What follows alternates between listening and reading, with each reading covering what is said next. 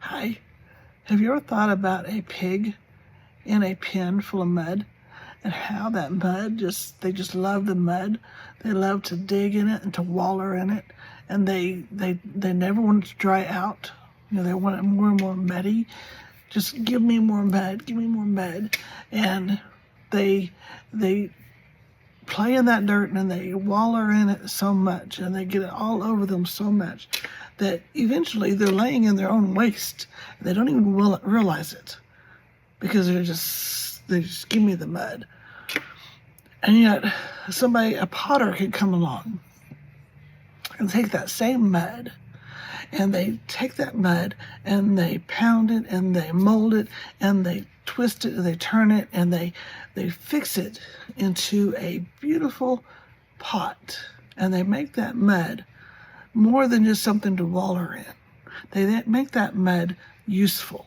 They make that clay into a useful pot, into a beautiful thing of usefulness, to be useful. A lot of times we look at our trials and we think about those trials being like that mud, and that we just waller in it. We just want to waller in it.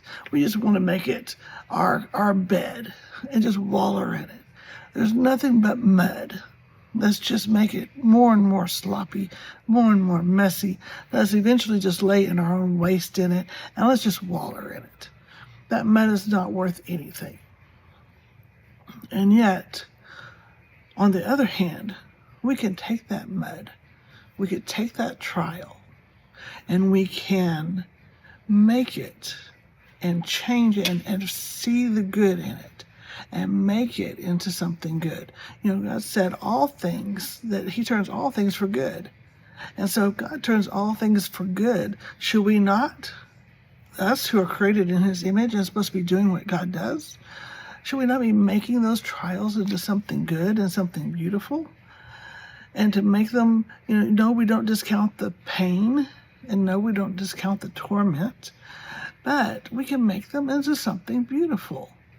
In 2 Corinthians chapter 1, verse 4, in the Passion Translation, it says, he, being Jesus, always comes alongside us to comfort us in every suffering, so that we can come alongside those who are in any painful trial. We can bring them the same comfort that God has poured upon us. Yeah, we can bring our experiences and help others through that. But the only way we can do that is if we stop wallowing in it ourselves. If we take those trials and see the good in them and fashion them into something useful. There is a purpose for everything. There is a way to make it good because God creates all things good. He brings out the beauty in everything.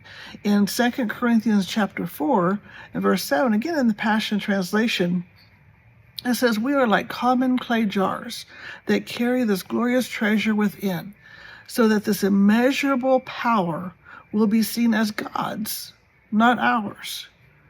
See, when we are wallowing in it, then we're not bringing glory to God. It's ours. Oh, give me my mud. Let me hold on to my mud. What kind of power is that? But when we take that mud and we fashion it into a common clay jar, it can hold the glory. It can hold what God has put in us so that we can pour it out to others and help others.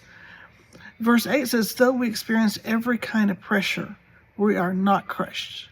At times we don't know what to do, but quitting is not an option. We are persecuted by others, but God has not forsaken us. We may be knocked down, but we're not out. And I think that's what we need to remember. Trials are trials. But just like everything, it came to pass. They'll go away. In 5 years and 10 years, we'll remember it. If we're wallowing in it, we will. But if we're changing that into something good, then down the road, when we look back at that, we don't see the pain as much as we see how God has changed us through that.